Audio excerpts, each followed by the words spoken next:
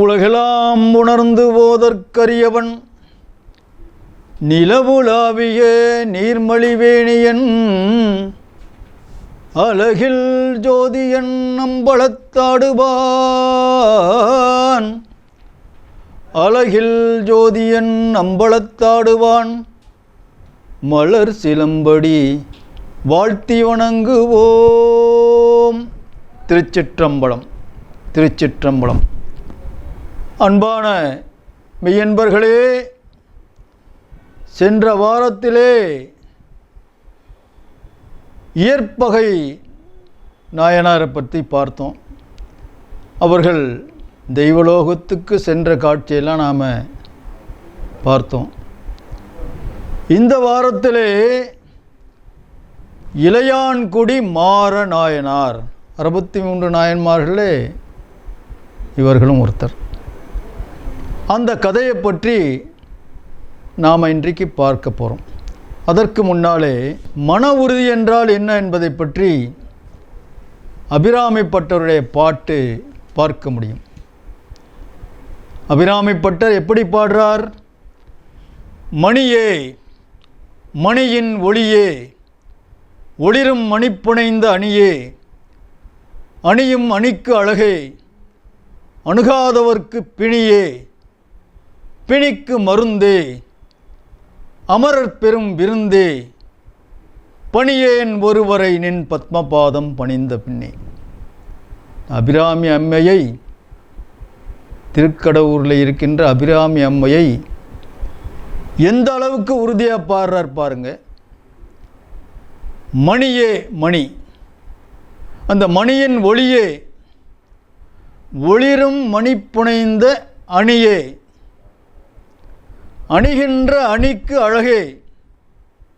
அப்புறம் ஒரு வார்த்தை சொல்கிறார் பாருங்க, அணுகாதவருக்கு பிணியே.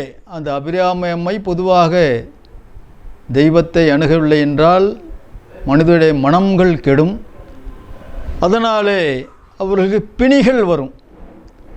ஆகவே அணுகாதவர்க்கு பிணியே, அதே அவர் அணுகிவிட்டால் பிணிக்கு மருந்தே, அமரர் பெரும் விருந்தே, பணியேன் ஒருவரை நின் பத்மபாதம் பணிந்த பின்னே.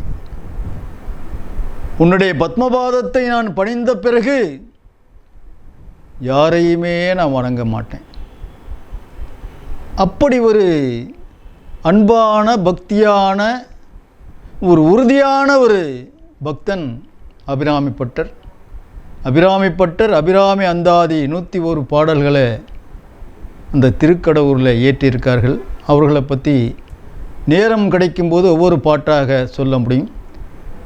அதுலேருந்து என்ன தெரியுதுன்னா, மன உறுதி, மனோதிடம், அதற்கு அபிராமிப்பட்டர். ஒரு விஷயத்தை மத்தியில் சொல்கிறேன். இந்த மன உறுதியை பற்றி பாருங்கள். இன்றைக்கு சமுதாயத்தில் மன உறுதி கொஞ்சம் மாறிக்கிட்டே வருது. அதுக்கு ஒரு உதாரணம், ஒரு இளைஞர் அமாவாசை விரதம், விரதத்தை எல்லாம் முடித்தார். 4 மணி 5 மணி 6 மணி ஆச்சு. அப்படியே நண்பனோடு போகிறார். ஒரு சிறப்பானதொரு பிரியாணி கடை. பிரியாணி கடை வந்த உடனே இவருக்கு அமாவாசை மறந்து போச்சு. பக்கத்தில் ஒரு நண்பரை கூப்பிட்றார், அவரையும் இவர் கூப்பிட்றார். திடீர்னு அந்த நண்பர் சொல்கிறார், இன்றைக்கி அமாவாசையாச்சு, அமாவாசை 4 மணியோடு முடிஞ்சிருக்கும், நீ வா கடைக்கு. இன்றைய காலகட்டத்துடைய மன உறுதி இப்படியெல்லாம் இருக்குது. இப்போதெல்லாம் இன்றைய கதைக்கு வருவோம். இளையான்குடி மாற நாயனார், அவர் வேளாளர் குலத்திலே பிறந்த ஒரு அருந்தவச் செல்வர். அவரை மாதிரி யாரும் இருக்க முடியாது. வேளாண் மரபிலே, அந்த வேளாண் மரபு ரொம்ப ஓங்கி இருந்த காலத்திலே இளையான்குடி மாறன் அவர் பிறந்து வளர்ந்து நல்ல நிலையிலே அவருடைய முக்கியமான தொழில் உழவு தொழில். அந்த உழவு தொழில் செய்து முன்னேறி வந்துகிறார், முன்னேறிவிட்டார், முன்னேறி வருகிறார். அந்த உழவு தொழிலே நிறைய வருமானம் கிடைக்கிது. நிறைய பயிர்கள் அவர் போடுறார், நிறைய வருமானம் கிடைக்கிது. ஆனால் அந்த வருமானத்தை எல்லாம் சிவனடியாருக்கு கொடுத்து அந்த சிவனடியார் அது அன்னதானம், அந்த அமுது படைப்பது, அப்படி வகையிலே அவர் தொண்டு செஞ்சுக்கிட்டே இருக்கார். இவர் என்ன பண்ணுவார், வர்ற அடியார்கள், இவருக்கு என்ன ஒரு குணம்னா, அன்னதானம்ங்கிறது குறிப்பிட்ட நேரத்தில் இருக்கும், அதுக்கு பிறகு அடுத்த நாள் தான். பொதுவாக அன்னதானம்னா அப்படி தான் இருக்கும். ஆனால் இவருடைய அன்னதானம் எப்படின்னா, எந்த சிவனடியார் எந்த நேரத்தை அர்த்தராத்திரியில் வந்தாலும், பகலில் வந்தாலும், காலையில் வந்தாலும், மாலையில் வந்தாலும் அன்னதானம் இருக்குது. அது மட்டுமல்ல, வந்த சிவனர் முதல்ல சொன்ன மாதிரி வருக என்று இன்முகமாக பேசுவார். இனிய உளவாக இன்னாது கூறல் கனி இருக்க காய் கவர்ந்துட்டு என்று வள்ளுவர் பெருமான் சொல்லி இதை போன்று இனிமையாக பேசுவார். வாங்கன்னு சொல்வார். அவரும் பாத பூஜை பண்ணுவார். வாங்கன்னு சொல்லி தம்பதிகளும் சிவனடியாரை பாத பூஜை பண்ணுவாங்க. இவர் கூட ஒரு ஆசனத்தில் அமர வைப்பார்கள். சிவனடியாரை அமர வச்ச பிறகு என்ன வேணும் அப்படி கேட்பாங்க. அமுது படைக்கிறது, அமுதெல்லாம் படைச்சி முடித்தாங்க. இப்படி அவர் செய்கிறதுனால நாளொரு மேனி பொழுதொரு வண்ணமாக அவருக்கும் அந்த விவசாயத்தில் வருமானம் நிறைய வருது. அவருடைய மனசெல்லாம் என்னன்னா, எவ்வளோ வருமானம் வந்தாலும் சரி அத்தனையும் சிவனடியார்களுக்கு தொண்டு செய்வது, எண்ணத்தை எடுத்துக்கிட்டு போகிறோம். அதனால் வந்த வருமானத்தை தர்மம் செய்கிறது, வந்த வருமானத்தை சிவனடியார்களுக்கு அமுது படைப்பது, முக்கியமாக அமுது படைப்பது, அப்படிலாம் செஞ்சுக்கிட்டு வர்றார். இப்படி அவர் செஞ்சதின் காரணமாக அவருடைய தொண்டு புகழ் சிவனடியார்கள் வருகை அதிகமாக ஆயிட்டே போயிருக்கு. இதை கவனித்தார் சிவபெருமான். இவருக்கு செல்வந்தராக இருந்து தொண்டு செய்கிறார், ரைட்டு. வறுமை வந்தாலும் இவர் திடமாக தொண்டு செய்வார். அவருடைய திடத்தை நாம் பரிசீலிக்க வேண்டும் என்ற வகையிலே சிவபெருமான் நினைத்தார். இந்த வயல்காட்டிலே உழவுத் தொழிலில் வருகின்ற வருமானம் படிப்படியாக குறையச் செய்தார். குறைந்து விட்டது. அதற்கு பிறகு அவர் அன்னதானம் பண்ணிக்கிட்டே இருக்கார். அதாவது அமுது படைச்சிக்கிட்டே இருக்கார். என்ன பண்ணுறாரு, வீட்டிலே பணம் பொருள் எதுவுமே இல்லை. வீட்டிலே இருக்கின்ற பொருள்கள் எல்லாம் எந்த பொருள் விற்க முடியுமோ அத்தனை விற்று காலி ஆயிடுச்சு. படிப்படியாக இவருக்கு சாப்பிட வழி இல்லை. நகை எதெல்லாம் விற்க முடியுமோ அதெல்லாம் விற்றுட்டார். அது மட்டும் இல்லை, ஊர்காரங்கள்ட்ட அக்கம் பக்கம் எல்லாம் கடனும் வாங்கிட்டார். வாங்கின கடன் கொடுக்க முடியல, இருந்தாலும் மறுபடி கடன் வாங்கி செய்கிறார். இதுதான் மன உறுதி. ஒரு நிலை இருந்தால் அந்த நிலையை, பணியேன் ஒருவரை நின் பத்மபாதம்னு அபிராமி பட்டர் சொன்ன மாதிரி ஒரு காரியம் செய்யணும்னா தொடர்ந்து செஞ்சுக்கிட்டே வரும். அதில் எத்தனை இன்னல் வந்தாலும் பரவாயில்லைங்கிற நிலையில் இளையான்குடி மாறன் செஞ்சுக்கிட்டு வர்றார். அப்போது இதெல்லாம் முடிஞ்சு அவங்களுக்கே சாப்பாடு இல்லை, பல நாட்கள் பட்டினி. இருந்தாலும் அந்த தர்ம சிந்தனை 2 பேருக்கும் இருக்குது. கணவன் மனைவி 2 பேருக்கும் பசியால் படுத்திருக்காங்க 2 பேருமே. ஒரு நாள் இரவு வெகு நேரம் ஆன பிறகு கதவை உள்தாளிட்டு உள்ளே போகிறாங்க.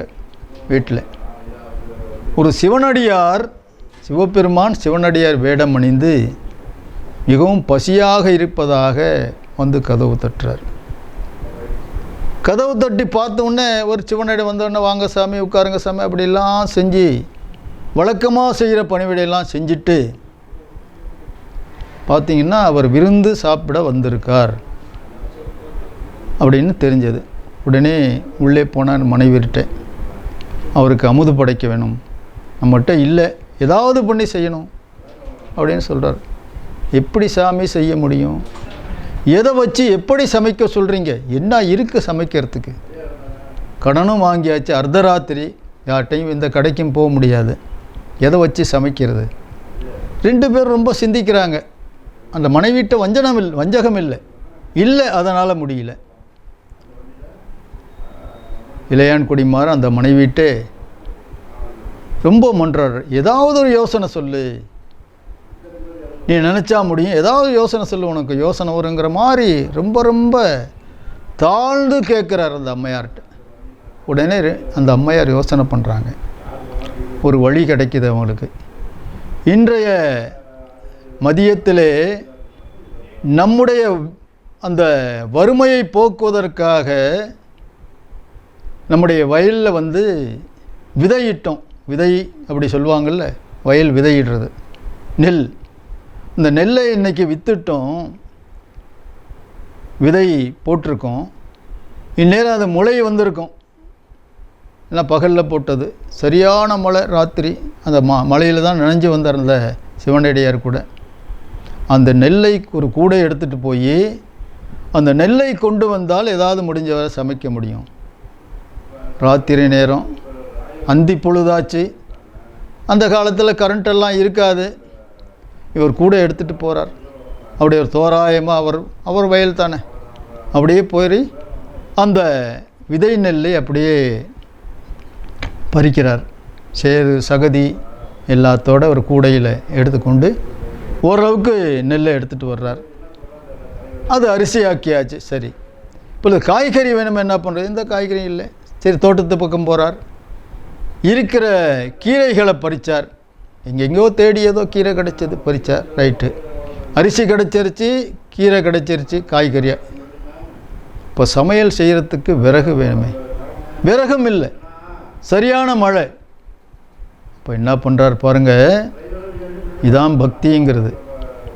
தாம் வீடு கூரை வீடு, அந்த கூரை வீட்டில் தடுப்புக்காக சில குச்சிகள், ரொம்ப மழை வந்தால் முறியாமல் இருக்கிறதுக்கு சில குச்சிகள் கட்டியிருக்காங்க. ஒரு அருவா எடுத்துக்கிற அந்த குச்சியெல்லாம் அறுத்து எடுக்கிறார். அந்த குச்சியை உடைக்கிறார். அப்படியே அடுப்பு மூட்டி சமைத்து விட்டு அந்த சிவனடியார், எல்லாம் அவருக்கும் தெரியும் சிவனடியார்னா அவர் சிவபெருமான் தான் வந்திருக்கார். ஆகையினாலே அப்படியே அவர் உறங்கின மாதிரி, ஒரு சைடு உறங்கின மாதிரி பண்ணியிருக்கார். அவர் வந்தார். சரி, இன்னும் அமுது படைக்கும் ரெடியான பிறகு அமுது படைக்கிறாங்க. அமுது படைத்த பிறகு அந்த பெரியவரை சிவனடியாரை எழுப்புகிறாங்க. சும்மனாச்சும் தூங்கின மாதிரி ஒரு சைடில் பண்ணியிருக்கார். எழுந்த உடனே சிவனடியார் ஜோதி வடிவமாக தோன்றுகிறார். ஜோதி வடிவமாக தோன்ற உடனே கணவன் மனைவிக்கு ஒன்றுமே புரியல. இளையான்குடி மாறன் அவர் மனைவி என்ன செய்வது? ஜோதி வடிவமாக தோன்ற அவருக்கு ஒன்றுமே புரியல. உடனே சிவபெருமான் உமாதேவியரோடு ரிஷப வாகனத்திலே காட்சியளித்தார். காட்சியளித்து என்ன சொன்னார்னா, என்னுடைய அடியார்களுக்கு வரவேற்று உபசரித்து அன்னதானம் படைத்தது மட்டுமல்லாமல் சிவனடியாரை எழுப்புறாங்க. அவர் ஒரு பக்கம் சாய்ந்து தூங்கிட்டு இருக்கார். பெரியவரே வாருங்கள் அப்படின்னு சொல்லி இருவரும் சேர்ந்த பிறகு ஜோதி உதயமாயிட்டார். அவர் ஜோதி உதயமாவுன்னு இருவருக்கும் ஒன்றும் புரியல. உடனே உமாதேவியரோடு ரிஷப வாகனத்திலே காட்சியளித்த சிவபெருமான் அவருடைய சேவையை பற்றி பாராட்டி, என்னுடைய அடியார்களுக்கு இப்படியெல்லாம் நீ உபசரணை பண்ணியிருக்க, ஆகினாலே என்னுடைய பாதம் அணிந்து பெரும்பேறு பெறுவது மட்டுமல்லாமல் அங்கே இருக்கின்ற குபேரர், சங்கநிதி, பருமநிதி என்று சொல்லக்கூடிய குபேரனுடைய மனைவி, அங்கே செல்வம்னா அப்படிப்பட்ட செல்வத்துக்கு குபேரருக்கு நிகரில்லைன்னு சொல்லுவாங்க. அந்த செல்வத்தோடு நீங்கள் இருந்து என்னுடைய பாதம் பணிவாயாக, என்னுடன் அடைக்கலமாக என்று சொல்லி அருளுகிறார். இந்த வகையிலே இளையான்குடி மாறனுடைய கதையை முடிக்கின்றேன். நன்றி, வணக்கம். திருச்சிற்றம்பலம். திருச்சிற்றம்பலம். அனைவருக்கும் வணக்கம்.